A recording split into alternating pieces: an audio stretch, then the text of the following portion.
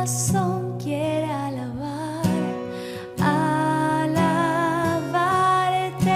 Mi corazón quiere adorar, adorarte. Mi corazón quiere alabar, alabarte. Mi corazón quiere adorar, adorarte. Padre, gracias te damos por este día. Señor, gracias por tanto amor a nuestras vidas. Gracias por tu amor en la cruz. Gracias porque has dado de tu Espíritu Santo para tomar lugar en nuestras vidas, hacernos templo de tu Espíritu. Señor, guiarnos, enseñarnos tu palabra, darnos la sabiduría que viene de lo alto. Bendecimos la palabra que hoy, Señor, has puesto en el corazón de Johnny. En tu nombre lo hacemos, Señor. Amén. Quiero empezar con una palabra profética, una profecía para cada uno de nosotros que estamos aquí hoy.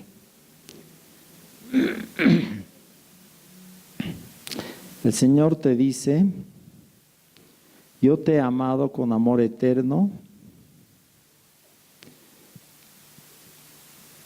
por lo tanto he prolongado mi misericordia sobre ti. Y nada en este mundo te va a separar de ese amor que tengo por ti. Tu vida es preciosa a mis ojos.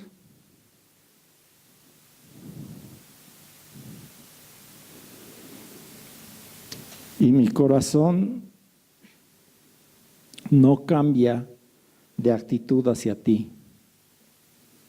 No es solo este día que te he amado, es mi amor eterno y no va a cambiar,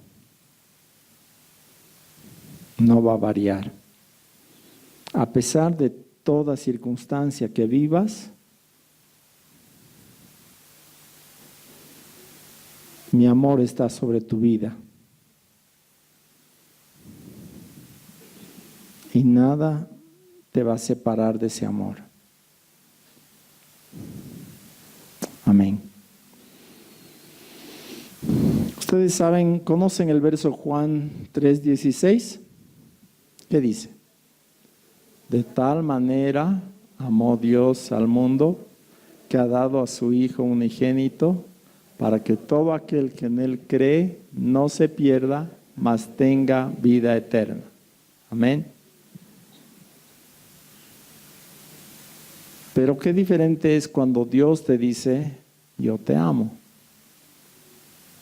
Una palabra directa, fresca, de Dios a tu vida. Y hoy, esta prédica la preparé para no era ni siquiera el anterior domingo, era hace 2 domingos atrás, para predicar en la zona sur. Pero en estas 2 semanas, Dios me ha dicho que esta es la segunda parte y me ha dado una primera parte. Y eso voy a compartir, vamos a compartir hoy día. Y la primera parte de esta prédica no está lamentablemente en el boletín, porque yo he estado de viaje toda la semana, recién he vuelto el viernes, el jueves en la noche, entonces ya el boletín ya estaba en la imprenta el viernes. Entonces no está en el boletín, pero ustedes tienen punta bolita y papel. Si quieren pueden anotarse, o ahí en el boletín también. La primera parte, esta segunda parte habla de nuestro amor hacia Dios. Dice, amando íntimamente a Dios. La primera parte habla del amor de Dios hacia nosotros. Y eso es la Navidad.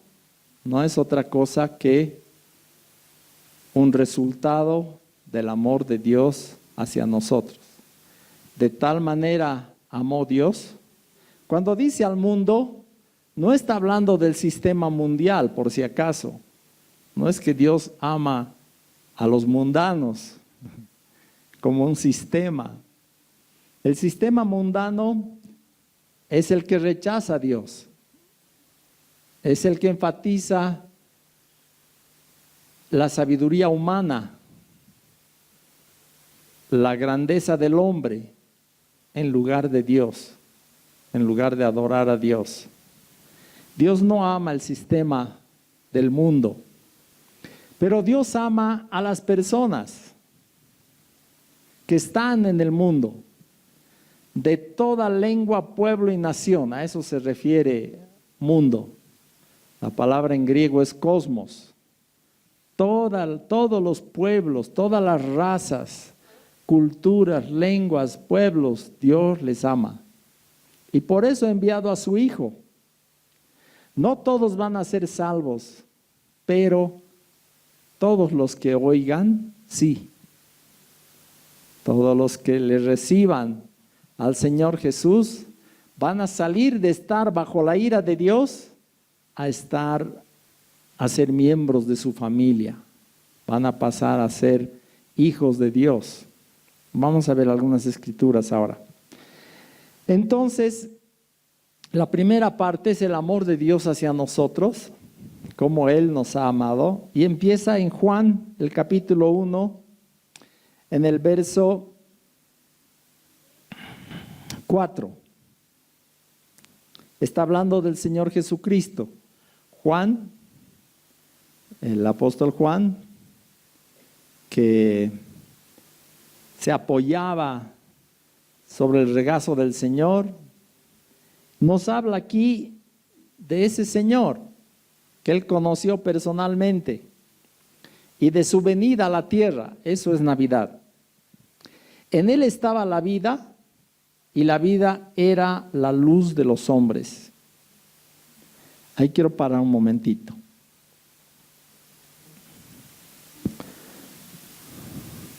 ¿Qué significa en Él estaba la vida? ¿De qué vida está hablando? Está hablando de la vida espiritual. Y esta vida espiritual abarca muchas cosas. Es vida eterna, que es para siempre. No entramos en la segunda muerte. Muere nuestro cuerpo, pero la alma y el espíritu van a la presencia de Dios para estar con Él para siempre. Nadie se queda en el cajón, les cuento. Si tú piensas que el que fallece se queda ahí, estás equivocado. El momento de fallecer, el alma, el espíritu van a la presencia de Dios o al infierno, si están bajo la ira de Dios. Pero todo aquel que ha puesto su fe en Cristo va a la presencia de Dios. Y cuando sale el alma del cuerpo, no tiene vejez, no tiene enfermedad, no tiene dolor. Y las personas llegan al cielo jovencitos. Si usabas lentes, ya no usas. ¿Verdad? Nadie tiene lentes ahí arriba, los puedes dejar aquí tranquilo. No te van a hacer falta.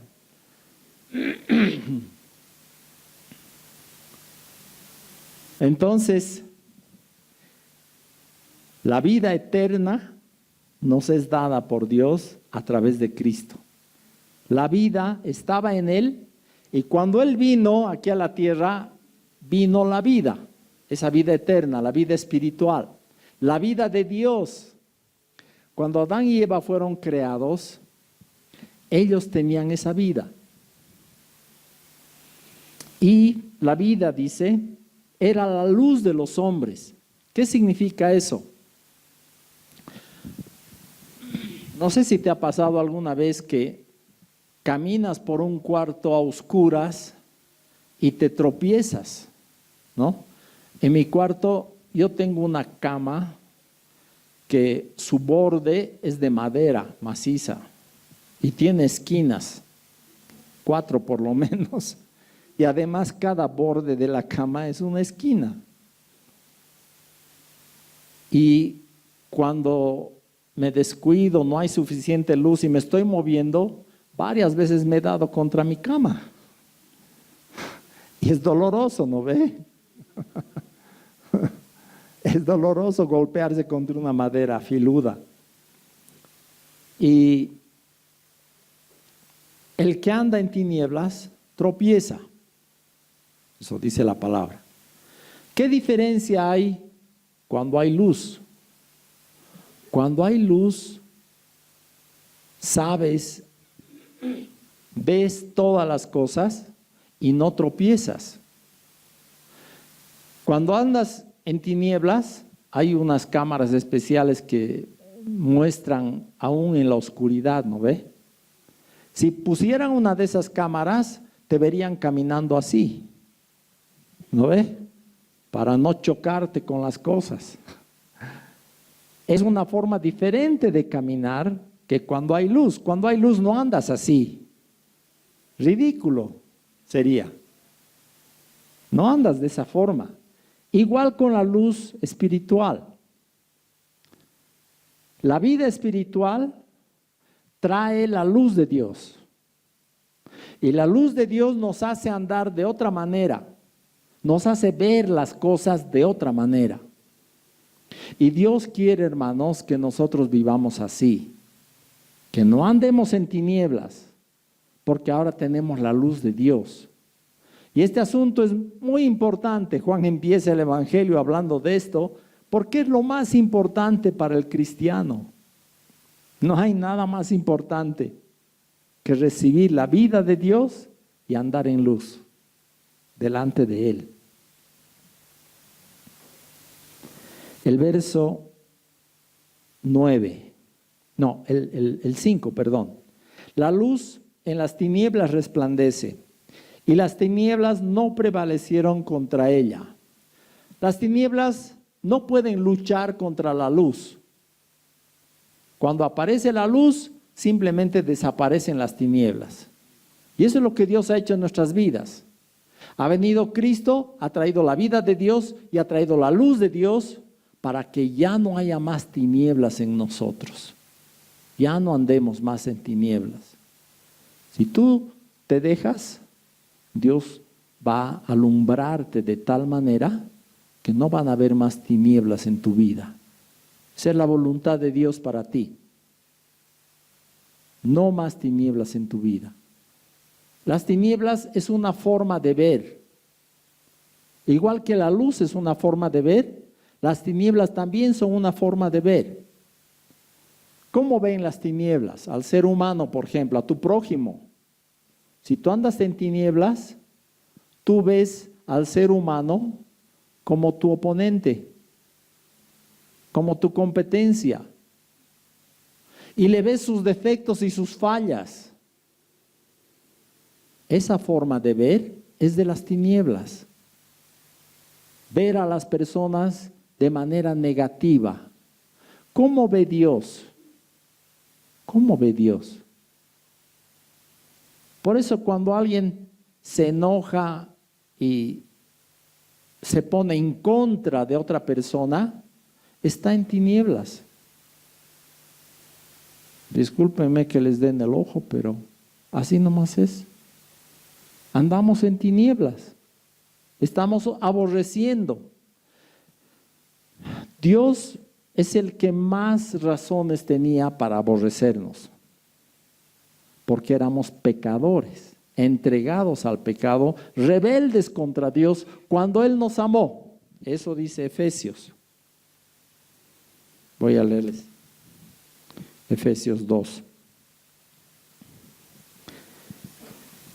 Y Él os dio vida a vosotros cuando estabais muertos en vuestros delitos y pecados, en los cuales anduvisteis en otro tiempo siguiendo la corriente de este mundo, conforme al príncipe de la potestad del aire, el espíritu que ahora opera en los hijos de desobediencia, entre los cuales también todos nosotros vivimos en otro tiempo, en los deseos de nuestra carne, haciendo la voluntad de la carne y de los pensamientos, y éramos por naturaleza hijos de ira, lo mismo que los demás. Estos versículos, 3 versículos, describen exactamente nuestra situación antes de que Dios se nos revele. ¿Qué éramos? Hijos de ira. Éramos hijos de ira, hijos de desobediencia, y estábamos muertos en nuestros delitos y pecados. La situación de todo ser humano. Cuando Adán y Eva salieron de la presencia de Dios, apagaron el interruptor y toda la humanidad entró en tinieblas. Toda la humanidad. Por todo lo largo de la historia, todas las culturas, todos los seres humanos de todas las culturas, de todos los tiempos, entraron en tinieblas. Hasta que viene Cristo. Y Él trae la vida de Dios y trae la luz de Dios para los hombres.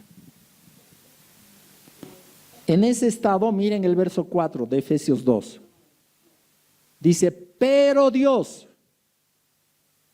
que es rico en misericordia, por su gran amor con que nos amó. ¿Por qué? Por su gran amor con que nos amó. Aun estando nosotros muertos en pecados, nos dio vida juntamente con Cristo. Por gracia sois salvos. Y juntamente con Él nos resucitó y asimismo nos hizo sentar en los lugares celestiales con Cristo Jesús. Si tú andas en tinieblas, ¿tú crees que puedas estar sentado en lugares celestiales? No. Dios no acepta tinieblas delante de Él. Por eso digo, es imprescindible que recibamos esta palabra de Dios. Considerarlo un regalo de Navidad. Dios te da este regalito. ¿Cuánto vale? Generalmente valoramos los regalos según cuánto han costado, ¿no ve? ¿Cuánto vale este regalito? Poder tener la vida eterna, la vida espiritual y poder andar en la luz de Dios. Estábamos en problemas, pero Dios, que es rico en misericordia, por su gran amor con que nos amó, aun estando muertos en pecados, nos dio vida juntamente con Cristo. Cuando Él resucitó a Jesús, tú y yo estábamos resucitando a una nueva vida. Nos dio vida a nosotros con haber levantado a Jesús de entre los muertos. Una obra gloriosa de Dios. Volvamos a Juan.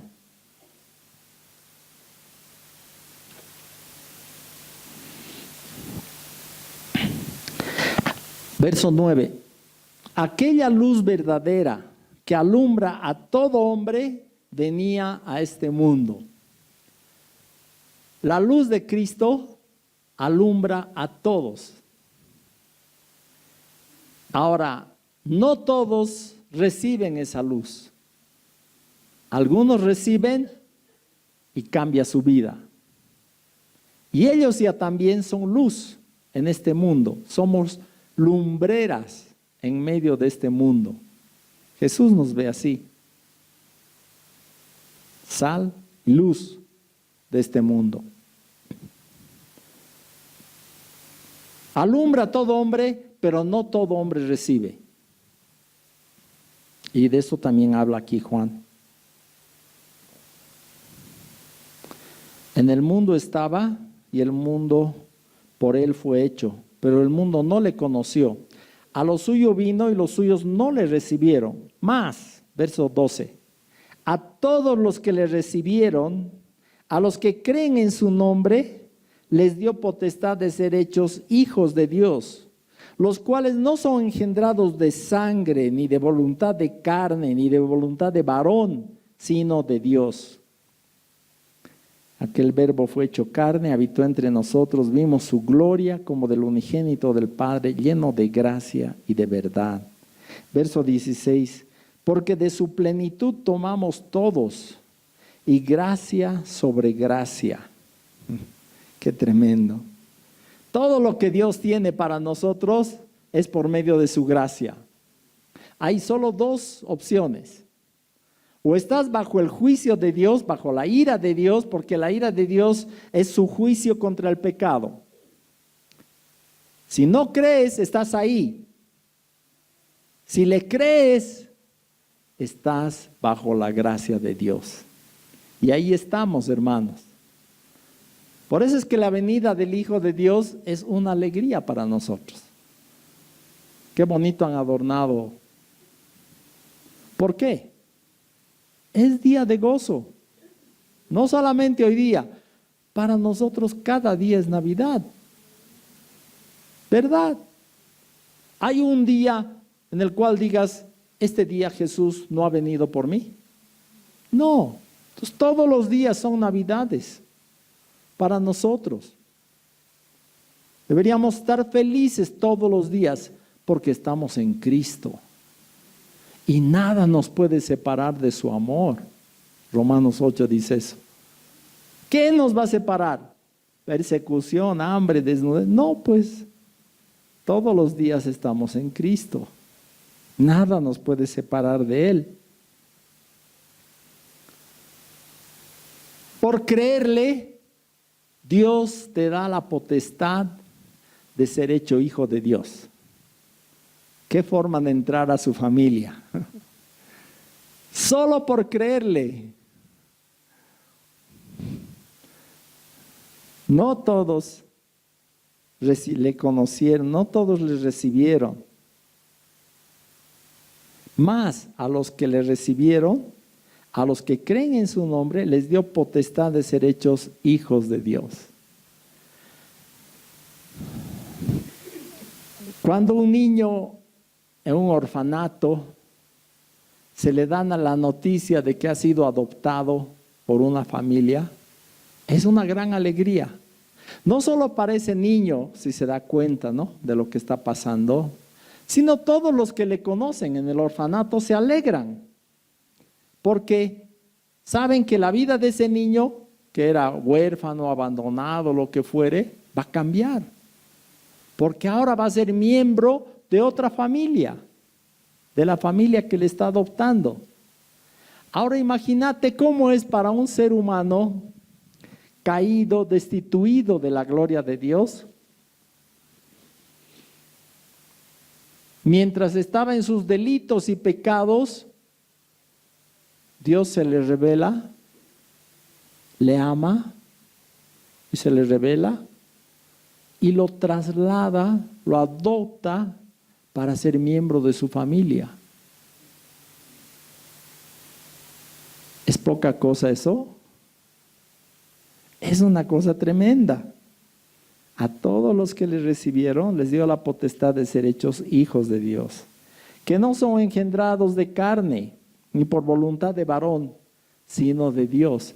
Dios nos ha engendrado a esta nueva vida por su voluntad. No es tu voluntad siquiera, es la de Dios, que te ha hecho miembro de su familia. Qué regalo, ¿no? ¿Cómo desenvolverías este regalo? ¿Cómo lo apreciarías? Un día Dios te lo trae y te pone un regalo así. Eres constituido hijo. De su plenitud tomamos todos gracia sobre gracia. La ley por medio de Moisés fue dada, pero la gracia y la verdad vinieron por medio de Jesucristo. A Dios nadie le vio jamás. El unigénito Hijo que está en el seno del Padre, Él le ha dado a conocer. Si tú has visto a Cristo espiritualmente, porque Él ha pasado por este planeta hace tantos años, 2000. Si tú has visto a Cristo, porque hoy Jesús está vivo, ¿sabían? Y camina entre nosotros. habita en nosotros. Si tú le has visto al Padre, porque Jesús le ha dado a conocer. Si tú has percibido el amor de Dios a través de Cristo, has recibido esa luz del Padre, tu vida es nueva. Y esa tu relación con Dios es nueva. Y es nueva cada día, hermanos. Porque cada día le conocemos más al Señor. Lo que le has conocido ayer está bien para ayer, pero hoy necesitas conocerle más.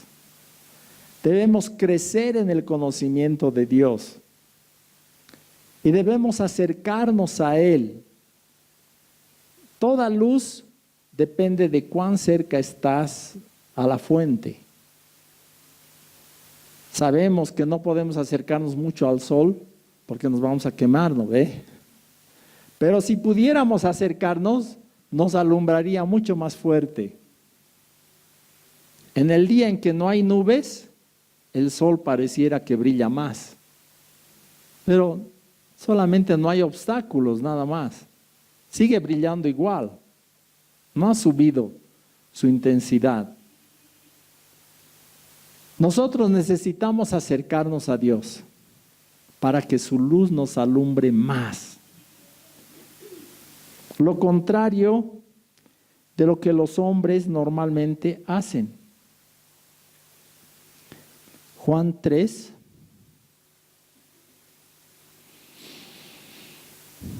Desde el 16. Porque de tal manera amó Dios al mundo, que ha dado a su Hijo unigénito, para que todo aquel que en Él cree no se pierda, mas tenga vida eterna. Porque no envió Dios a su Hijo al mundo para condenar al mundo, sino para que el mundo sea salvo por Él. El que en Él cree no es condenado, pero el que no cree ya ha sido condenado porque no ha creído en el nombre del unigénito Hijo de Dios. Y esta es la condenación, que la luz vino al mundo y los hombres amaron más las tinieblas que la luz porque sus obras eran malas. Porque todo aquel que hace lo malo aborrece la luz y no viene a la luz para que sus obras no sean reprendidas. Mas el que practica la verdad viene a la luz para que sea manifiesto que sus obras son hechas en Dios. ¿Sabes de quién son estas palabras? No son de Juan, son de Jesús. Él está diciendo esto. En mi Biblia está con letras rojas. Son palabras de Jesús. Dios ha mandado a su Hijo no para condenar, sino para salvar. Y todo aquel que recibe al Hijo, que ha creído en el nombre del unigénito, es salvo por medio de Él. Y la condenación es que vino esta luz y los hombres amaron más las tinieblas, porque sus obras eran malas. Esta escritura nos pone frente a una disyuntiva. Nos muestra que no hay punto intermedio entre la luz y las tinieblas. Que un hijo de Dios no puede seguir andando en tinieblas, porque está negando su propia salvación. Está negando lo que Dios le ha dado. Es como si el Estado te diera un pasaporte como ciudadano y tú lo dejas en tu casa cuando tienes que viajar. Triste, ¿no? No vas a poder viajar. Ningún país te va a recibir sin documentos. Y lo más terrible es que tienes el documento, pero está en tu casa. Una vez tenía que volver del aeropuerto a mi casa porque me olvidé el pasaporte en mi casa. Había el riesgo de que me deje el avión, pero ¿de qué me servía quedarme en el aeropuerto tempranito sin documentos? No iba a poder viajar igual. He tenido que correr a mi casa a traer mi pasaporte. Y creo que no soy el único. A veces nos pasa eso. salimos tan apurados que nos olvidamos lo más importante. Si Dios te ha constituido hijo, tú no puedes andar como si no tuvieras ese pasaporte. Es una potestad que Dios te ha dado. El verso 12 de Juan 1 dice, les dio la potestad de ser hechos hijos de Dios. Es una palabra legal, como que Dios te ha dado un poder. Cuando alguien vende un bien, un auto, una casa, si no quiere hacer todo el trámite y el dueño esperar que haga el trámite, le da un poder sobre la casa. Y el nuevo dueño con ese poder tramita el cambio de nombre, etcétera. Dios nos ha dado un poder, una potestad de ser constituidos sus hijos, miembros de su familia. Y nos ha trasladado de las tinieblas a la luz. Y nos ha dado vida eterna. Y nos ha alumbrado para que nosotros también alumbremos. Estamos en este mundo para alumbrar. Si tu vida no alumbra, estás perdiendo el propósito de tu vida. Dios te ha puesto aquí para que alumbres, no para que andes en tinieblas y seas un mal ejemplo de los que te están mirando. Dios nos ha llamado a alumbrar.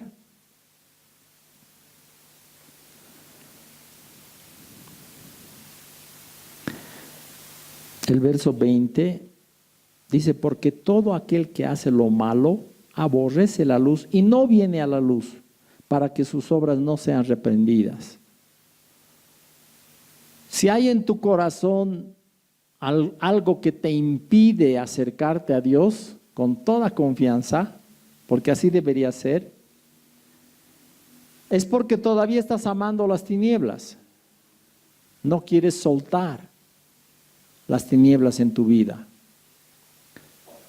Por eso en primera de Juan dice que no se puede amar al mundo. Si amamos al mundo, el amor del Padre no está en nosotros. No es que Dios ha dejado de amarnos, es que nosotros estamos amando más las tinieblas que la luz. No está en nosotros. Dios no deja de amar, pero nosotros dejamos de amarle. Y obviamente, si no amas la luz, vas a amar las tinieblas.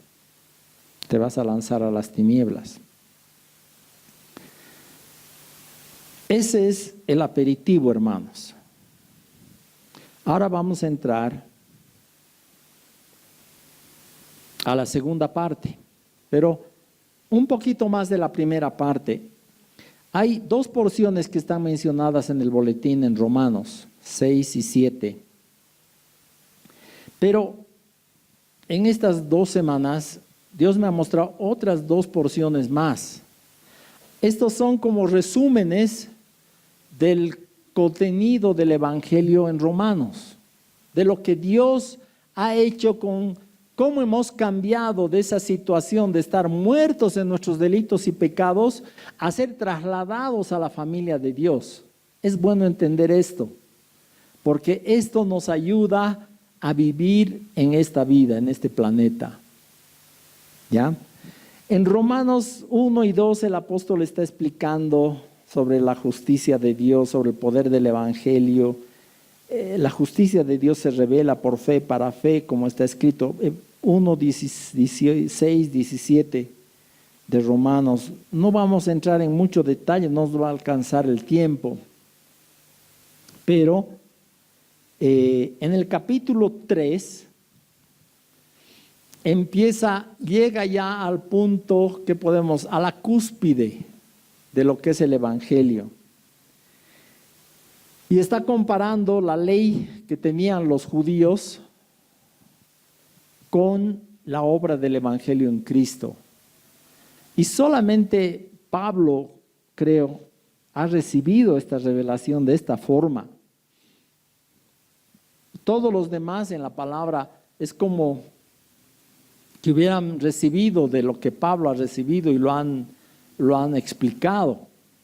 Pero Pablo ha entendido el asunto entre la ley y la gracia y cómo funciona. Y en el verso 19, Romanos 3:19 dice: pero sabemos que todo lo que la ley dice, lo dice a los que están bajo la ley, para que toda boca se cierre y todo el mundo quede bajo el juicio de Dios, ya que por las obras de la ley ningún ser humano será justificado delante de él, porque por medio de la ley es el conocimiento del pecado. Pero ahora, aparte de la ley, ha sido Navidad para todos. Se ha manifestado la justicia de Dios testificada por la ley y por los profetas. La justicia de Dios por medio de la fe en Jesucristo. El paquete, la envoltura de este regalo es la fe. Viene envuelta en fe. Tú desatas la fe y tienes el regalo. La justicia de Dios por medio de la fe en Jesucristo, ¿para quiénes? Para todos los que creen en Él, inclusive paceños, bolivianos. Porque no hay diferencia, por cuanto todos pecaron y están destituidos de la gloria de Dios, siendo justificados ¿con cuánto? ¿Cuánto hay que poner? Gratuitamente. Siendo justificados gratuitamente, verso 24, por su gracia, mediante la redención que es en Cristo Jesús, a quien Dios puso como propiciación, quiere decir como pago, por medio de la fe en su sangre, para manifestar su justicia a causa de haber pasado por alto en su paciencia los pecados pasados, con la mira de manifestar en este tiempo su justicia, aquí, a fin de que Él sea el justo y el que justifica al que es de la fe de Jesús. ¿Quién es el justo aquí? Dios. Y justifica a todos los que son de la fe de Jesús. Esta es una parte de cómo, la esencia, si quieren ustedes, de cómo Dios nos ha trasladado de ser sus enemigos a ser sus hijos. Nos ha perdonado nuestros pecados, pero además nos ha vestido con su justicia.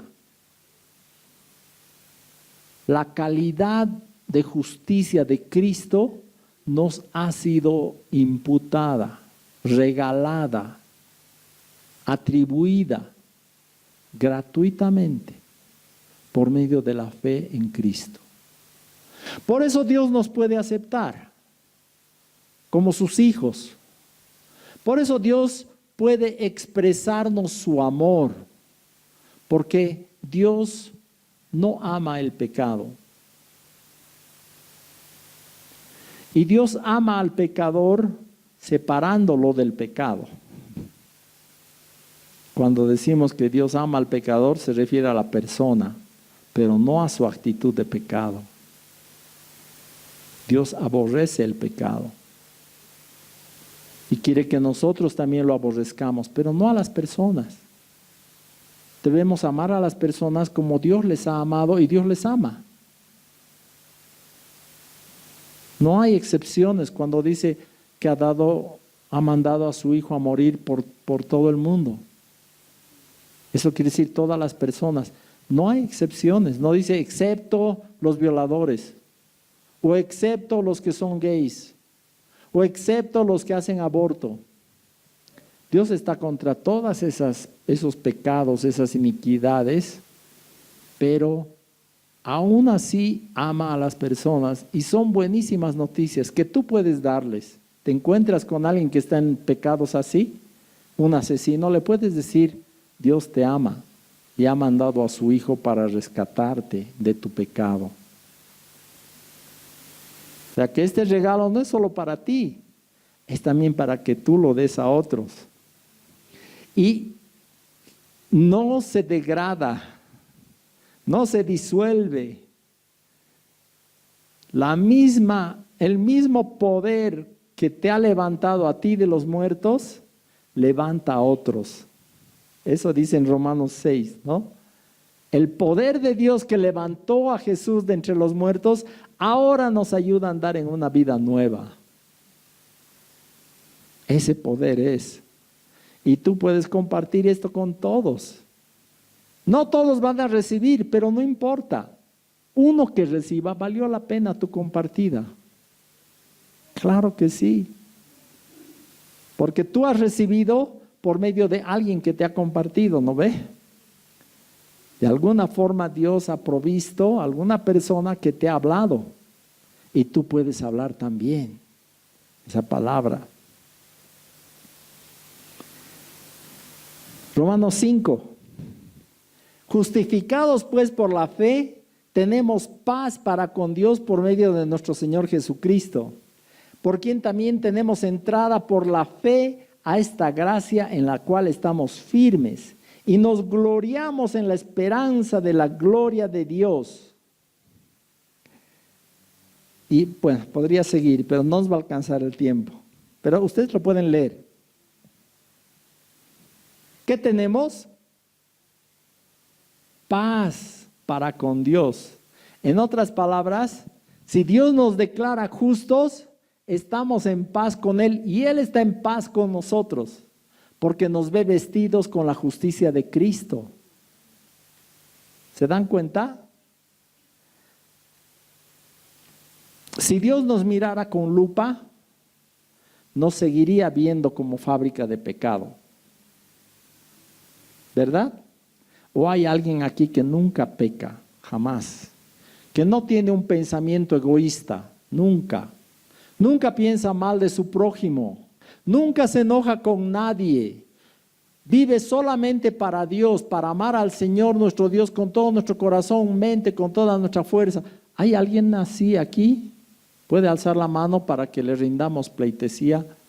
Lo pongamos aquí en el pedestal, le hagamos un monumento, porque sería el único ser humano que no necesita de la gracia de Dios, que su propia justicia es suficiente para llevarle al cielo. ¿Hay alguien así?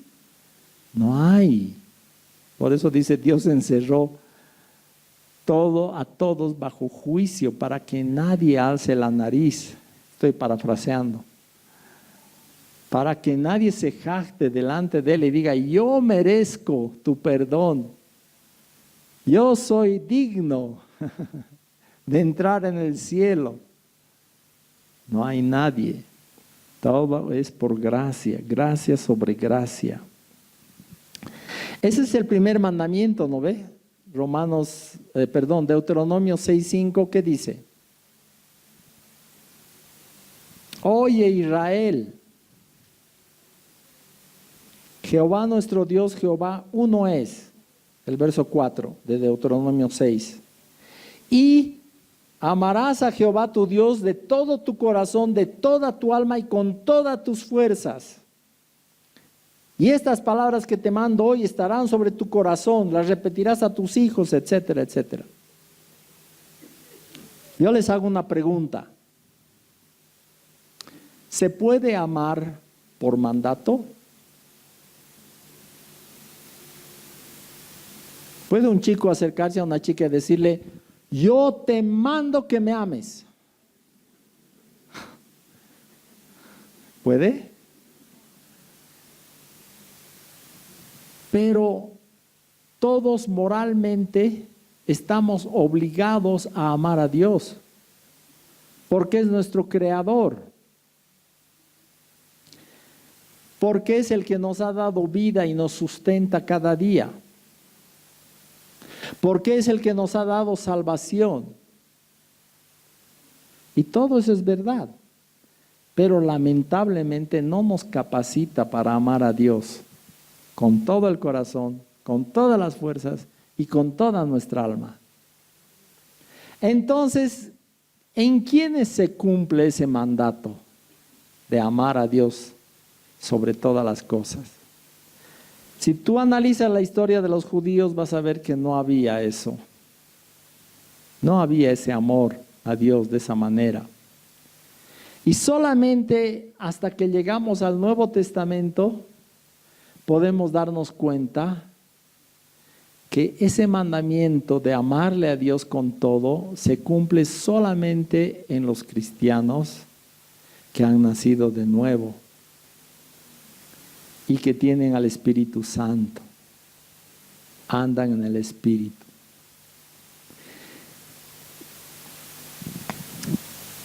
Una escritura, bueno, dos porciones más hay antes de entrar en Romanos 8 que nos habla de esto. La primera está en Romanos 6. Romanos 6, verso, desde el 9 leeremos, dice, sabiendo que Cristo, habiendo resucitado de los muertos, ya no muere, la muerte no se enseñorea más de él. Está hablando obviamente de la muerte física del Señor, pero es una figura de la muerte espiritual para nosotros, porque todos hemos vivido en muerte espiritual hasta que ha venido a nosotros la luz de Dios. ¿No ve? Porque en cuanto murió al pecado murió una vez por todas, mas en cuanto vive, para Dios vive. ¿Y por qué está diciendo esto? Porque ahora se refiere a nosotros. Así también vosotros, consideraos muertos al pecado, pero vivos para Dios en Cristo Jesús, Señor nuestro. Esta es una consideración. ¿Qué significa eso? Una consideración es cómo piensas tú en tu corazón. ¿Cómo evalúas tú tu situación espiritual delante de lo que Dios ha hecho en Cristo? Y aquí está diciendo, Cristo ha muerto, la muerte no se enseñorea más de él. En cuanto murió al pecado, murió una vez por todas. Así también ustedes, verso 11, considérense muertos al pecado, porque si has muerto al pecado, ya no hay una apertura en tu corazón al pecado. ¿No ve? Eso quiere decir, si has muerto al pecado, ya no te pueden tentar, porque ya hay una decisión aquí. No es que cada vez que viene una tentación estás considerando, ¿peco o no peco? ¿Sirvo a Dios o sirvo al mundo? ¿Me entrego al pecado o sigo siendo fiel a Dios? No, porque eso ya tiene que ser una decisión tomada. Por eso dice, considérate a ti mismo muerto al pecado. Ya no hay más. Si el pecado sigue con su cadena sobre tu vida, porque esto no está funcionando. No te estás considerando muerto al pecado, pero vivo para Dios. No reine pues el pecado en vuestro cuerpo mortal, de modo que lo obedezcáis en sus concupiscencias, en sus pasiones desordenadas, ni tampoco presenten sus miembros al pecado como instrumentos de iniquidad, sino preséntense ustedes mismos a Dios como vivos de entre los muertos, sus miembros a Dios como instrumentos de justicia, porque el pecado no se enseñoreará de ustedes, pues no están bajo la ley, sino bajo la gracia. Este sistema de salvación que Dios nos ha dado es para que el pecado nunca más se enseñoree de nosotros. ¿Entienden eso o me estoy inventando? Eso dice, ¿no ve? El pecado no se enseñoreará más de ustedes, no están más bajo la ley. ¿Cómo funciona la ley? Pobre de vos que peques. Si pecas en una cosa de la ley, te haces culpable de toda la ley y todas las maldiciones que están en la ley van a caer sobre ti. ¿Se puede así obedecer a Dios? No se puede. Mientras más presión tienes, peor vas a pecar. Mientras más prohibido esté el pecado en tu vida, más te va a traer. Así funciona la ley. Siempre pongo este ejemplo. Los que ya lo conocen me van a perdonar ya. Si han escuchado. Pero ilustra esto. Yo ando en moto.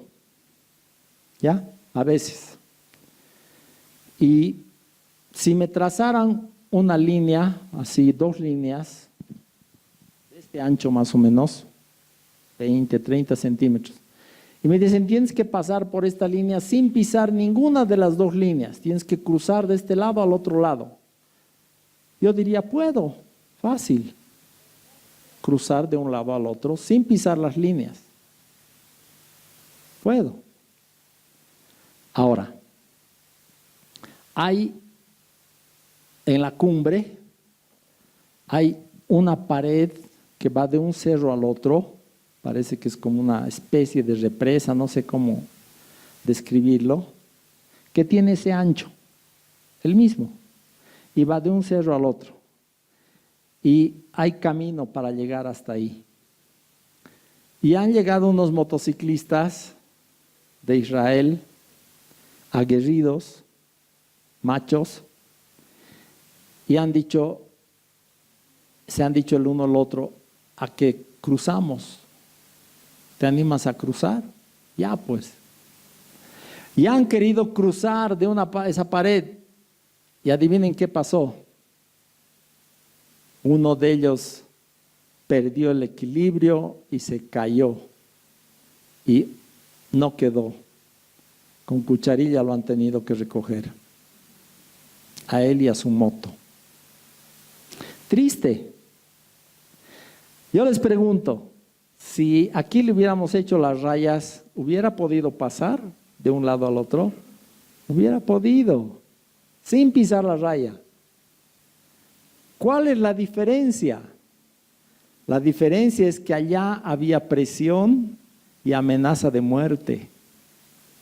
Así funciona la ley con nuestra naturaleza humana. Nos ponemos nerviosos y no somos capaces de hacer lo que sin presión podríamos hacer fácil. Cuando hay presión es otra cosa. Y la ley solo funciona con amenaza de muerte. No funciona con, si quieres, puedes. Si tienes en tu corazón hacerlo, obedece a Dios. No es así la ley. Es con amenaza de muerte. Por eso el pecado se enseñorea. Y este verso dice, no se va a enseñorear más porque ya no están bajo la ley, sino bajo la gracia. ¿Y cómo funciona la gracia? Dios te ha amado, te ha dado facultad de ser hecho hijo de Dios, de pasar a ser miembro de su familia, te ha amado, te ha hecho coheredero con Cristo, te ha vestido con su justicia, te ha perdonado todos tus pecados pasados, presentes y futuros, para que ahora tú le ames de vuelta a Él. ¿Le vas a amar? Tu obediencia es el resultado de tu amor. Así funciona la gracia. ¿Estás agradecido con Dios? ¿Quieres agradarle en tu corazón? ¿Quieres agradarle a Él? Le obedeces. Haces lo que le agrada. Buscas que tu vida le honre a Dios. No es difícil, ¿no, hermanos? Al menos para entenderlo no es difícil. Pero así funciona la gracia. Y es para todos. Verso 19 de Romanos 6. Hablo como humano por vuestra humana debilidad, que así como para iniquidad presentasteis vuestros miembros para servir a la inmundicia y a la iniquidad, así ahora para santificación presenten sus miembros para servir a la justicia. ¿Qué justicia es esta? Es la que Dios nos ha dado en Cristo. Estamos en el mismo libro. En el capítulo 3 hemos visto, ahora se ha manifestado la justicia de Dios, testificada por la ley y por los profetas. ¿Y dónde se ha manifestado? La justicia de Dios se manifiesta en las vidas de sus hijos. No se manifiesta en el aire. ¿Y quiénes la ven? Todos los que están viviendo alrededor de los hijos de Dios. Nuestra vida tiene que mostrar la justicia de Dios. Presenten sus miembros para servir a la justicia. Está hablando de nuestro cuerpo. Tu cuerpo, Dios te lo ha dado para que sirvas a su justicia.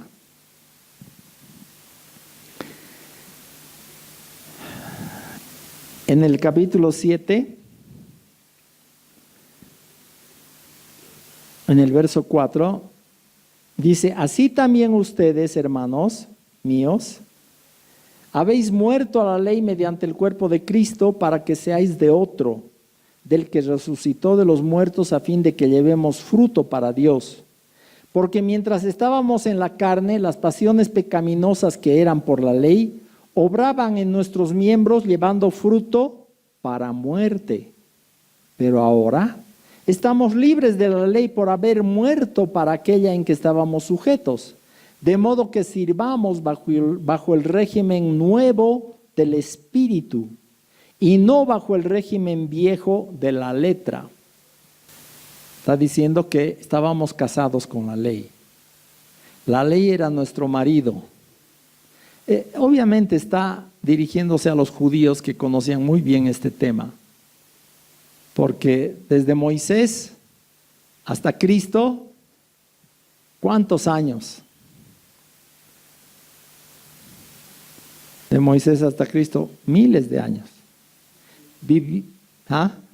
1500 años, sujetos a la ley, sin escapatoria. ¿Qué hacía la ley en sus vidas? Estragos, porque no podían cumplirla y vivían bajo condenación. Y luego viene la palabra de Dios. Les dice: hermanos míos, les dice Pablo a los judíos, ustedes han muerto a la ley mediante el cuerpo de Cristo para que sean de otro, del que resucitó de los muertos. Ahora su marido es Cristo. Han muerto para el otro marido y ahora son marido, el marido de ustedes es Cristo, para que no sean más esclavos de la ley, acusados por la ley, condenados por la ley, ya no más, porque ahora ya han cambiado de marido. Han muerto para la ley para ahora ser de Cristo. Y el verso 4 al final dice: a fin de que llevemos fruto para Dios. Esta es la única manera de fructificar. No hay otra manera. La única manera de llevar fruto para Dios es que cambiemos de marido. Seamos ahora de Cristo. Él sea nuestro amo. Antes llevábamos fruto para muerte, dice el final del verso 5. Pero ahora estamos libres de la ley por haber muerto para aquella en que estábamos sujetos, de modo que sirvamos bajo el régimen nuevo del Espíritu y no bajo el régimen viejo de la letra. Si tú ahora vives para obedecer y honrar al Espíritu de Dios, vas a llevar fruto para Dios. Va a haber fruto en tu vida. Pasamos al capítulo 8. Ahora pues, ninguna condenación hay para los que están en Cristo Jesús, los que no andan conforme a la carne, sino conforme al Espíritu. Porque la ley del Espíritu de vida en Cristo Jesús me ha librado de la ley del pecado y de la muerte. Ya han entendido la ley del pecado, ¿no ve? Es con presión y con amenaza. ¿Qué pasa? Te sales del camino. ¿No ve? Yo he conocido esto porque después esos israelitas estaban vendiendo sus motos. Triste. Se lo han llevado a su amigo hecho papilla. Pero nosotros tenemos que tener bien clarito que el camino de la ley es muerte. Nadie sirve a Dios por obligación, por amenaza de muerte. Si fuera así, Dios no nos hubiera dado su gracia. Y Jesús no hubiera necesitado venir a morir. Dios nos daba su ley, la ley de Moisés, los 10 mandamientos, y tú cumplías perfectamente la justicia de Dios. Y te ganabas el cielo. ¿Qué tal?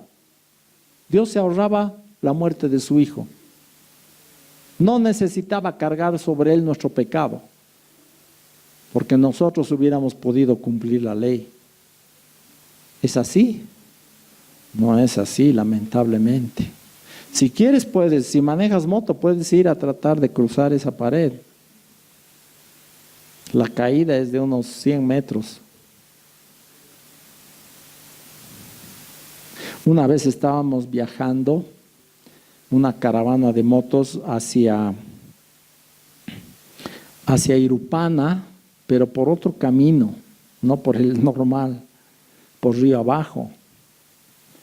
Y había un lugar donde el cerro era así y no había camino, el camino se había lavado, ¿qué habrá pasado? Era tierra nomás. Era así y una caída y abajo estaba el río. No era tan grande como 100 metros, pero caerte al río en moto 50 metros creo que es suficiente para que quedemos pomada, ¿no ve? Además era el Choqueyapo. Y éramos, no sé, 20 motociclistas y todos teníamos que pasar por ahí. No había otra forma. Entonces, los que tenían más experiencia llevaron las motos de los que éramos más chacritas. Y además no nos atrevíamos, porque una falla te vas abajo. ¿No ve? Así funciona la ley. Un pecado, eres culpable de toda la ley. Por eso la palabra es bien enfática. La ley del pecado y de la muerte lo llama. Más terrorífico que eso no hay. ¿Tú crees que Halloween es para asustarse? Esto es peor. La ley del pecado y de la muerte. No es mala la ley, pero produce muerte y pecado, pecado y muerte en nosotros por nuestra naturaleza caída. ¿Están captando? Ahora, ¿qué ha hecho Dios? La ley del Espíritu de vida en Cristo Jesús nos ha librado de esa otra ley. Nos ha dado una ley más fuerte, que es la ley del Espíritu de vida en Cristo. Esa vida que hemos hablado al principio, que Cristo ha venido, es ¿qué cosa? La vida y la luz de Dios para los hombres. Esa ley es más poderosa que la ley del pecado y de la muerte. Esa nos permite andar sin pisar la raya. Nos da victoria. Porque lo que era imposible para la ley, Romanos 3:8, porque lo que era imposible para la ley, por cuanto era débil por la carne, está hablando de nosotros, era débil la ley por causa nuestra, por culpa nuestra, porque estábamos en nuestra condición de rebeldes contra Dios. Dios, enviando a su Hijo en semejanza de carne de pecado, y a causa del pecado, condenó al pecado en la carne. Envió a su Hijo, ¿qué quiere decir en semejanza de pecado? En este cuerpo. Jesús se hizo hombre. ¿Ustedes saben que ahora hay un hombre en la Trinidad? El Hijo de Dios, Dios, se hizo hombre. Y ahora hay un hombre en la Trinidad. Jesucristo sigue siendo Dios y hombre. Glorificado, pero sigue siendo hombre. Lo mandó en semejanza de carne de pecado, porque Jesús no pecó. Pero su apariencia era igualita que cualquier hombre o mujer. Su naturaleza era humana. Vino y a causa del pecado, porque si no hubiera habido pecado no necesitaba venir Jesús. ¿Qué hizo Dios? Condenó al pecado en la carne. ¿En cuál carne? La de Cristo, de eso está hablando. ¿Cómo condenó al pecado? Dios juzgó nuestro pecado en Cristo y lo condenó a muerte. Al final, ¿quién crucificó al Hijo de Dios? Dios, pues. Todo el plan era de Él. Que entró Judas en la historia, entraron los romanos, los fariseos, ¿verdad? Y nosotros más. Si tú hubieras vivido en esa época, quizá tú hubieras estado gritando, ¡crucifíquenle! ¿No ve? Pero el que ha planeado todo esto, antes de la fundación del mundo, este cordero ya fue inmolado. ¿Dónde? En el corazón de Dios fue inmolado este cordero, por ti y por mí. Condenó al pecado en la carne. Lo juzgó, lo condenó y lo ejecutó. Tu pecado estaba en Cristo cuando Cristo fue juzgado, condenado y ejecutado por Dios. No es así nomás su perdón.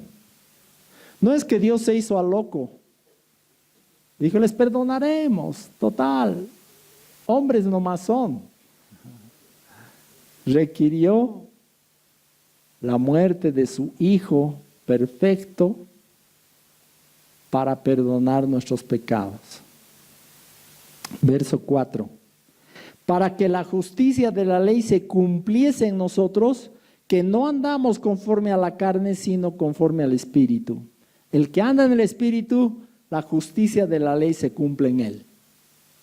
No necesites preocuparte, no vas a pisar la raya si andas en el Espíritu. Te llevas rectito a obedecer a Dios.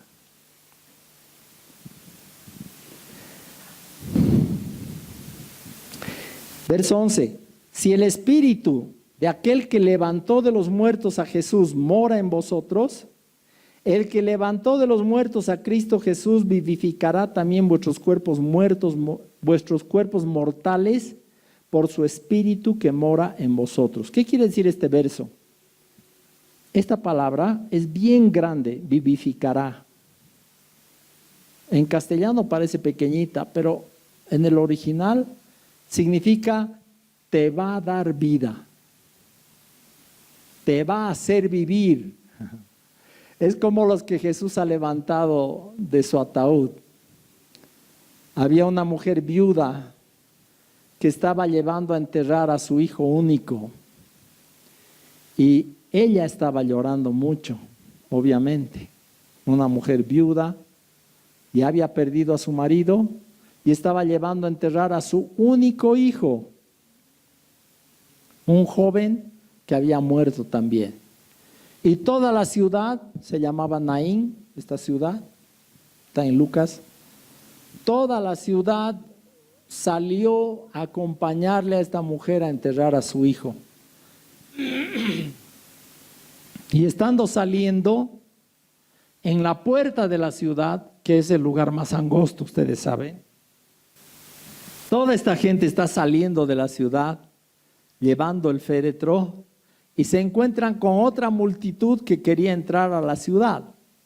¿Y quiénes eran? Jesús con sus seguidores. Y se encuentran en plena puerta. Y Jesús ve a esta mujer llorando y nadie le explica nada a Jesús y nadie le pide nada tampoco. Los de esa ciudad parece que no conocían a Jesús.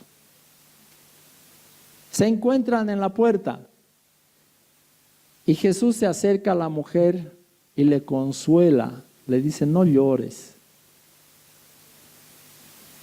Y le habla al ataúd que estaba ahí, claro, al joven que estaba dentro del ataúd.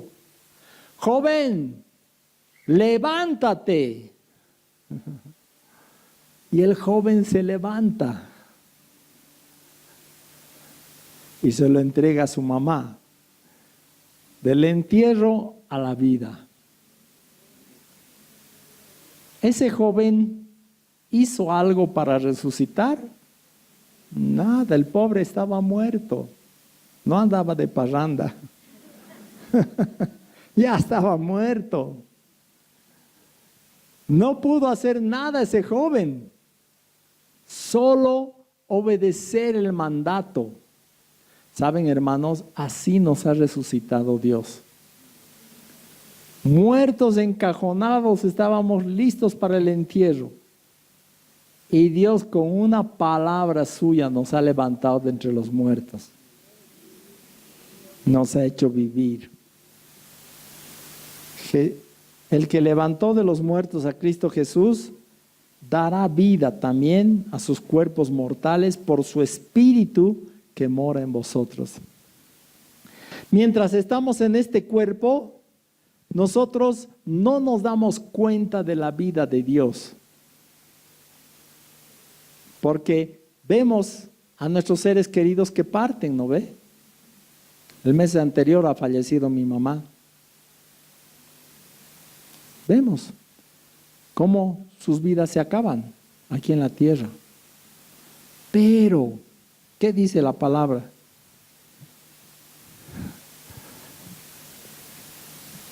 Que Dios, el mismo Espíritu que levantó a Cristo, va a dar vida a nuestros espíritus.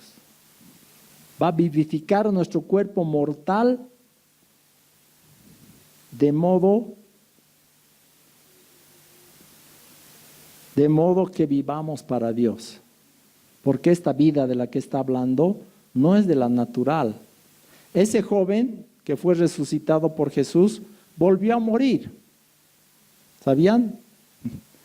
Lázaro también fue resucitado por Jesús, pero volvió a morir. Esta vida de la que está hablando el verso 11 es para nunca más morir. Es para nunca más morir. Una palabra de Dios ha hecho resucitar para que ya seamos de Dios.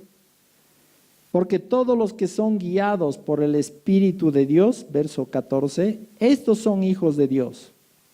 Pues no habéis recibido el espíritu de esclavitud para estar otra vez en temor, sino que habéis recibido el espíritu de adopción, por el cual clamamos, Abba, Padre. El Espíritu mismo da testimonio a nuestro espíritu de que somos hijos de Dios.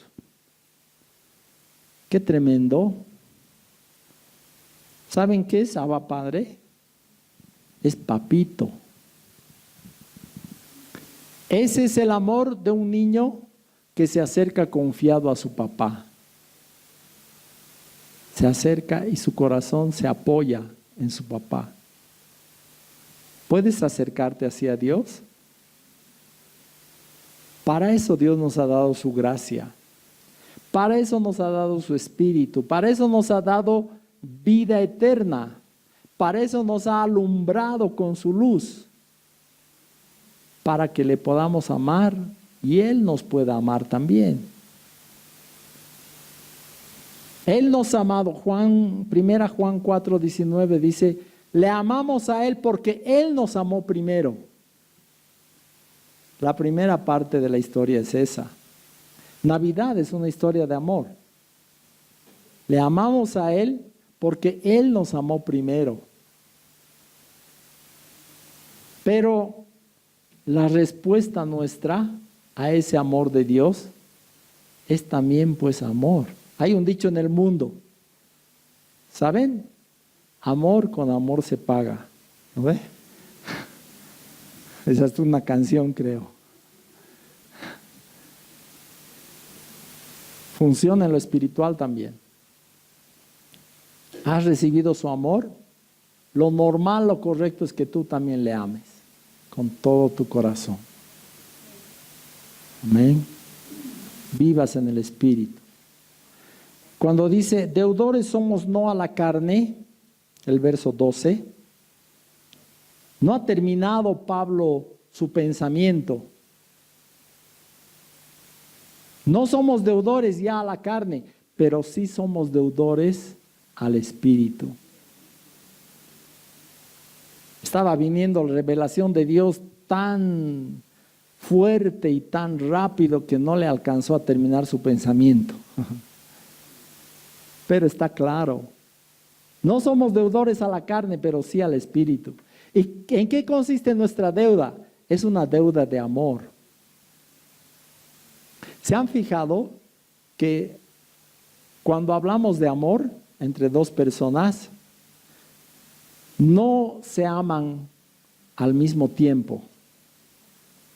No es que cuando en uno hay amor, en el otro también instantáneamente se produce el amor. No funciona así.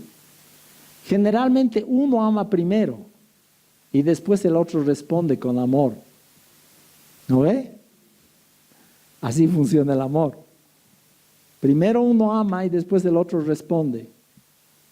Puede ser que después le ame más, pero empieza con el amor de uno. En este caso, en esta historia de amor, Dios nos ha amado primero, para que después nosotros respondamos con amor. Le amemos a Él así, como Él nos ha amado. Vamos a ponernos en pie.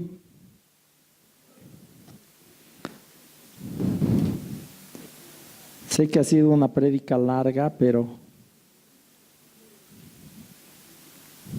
en su casa pueden revisar estas escrituras, porque la palabra de Dios es viva y eficaz para separar lo que es carne de lo que es espíritu, para que vivamos conforme al Espíritu.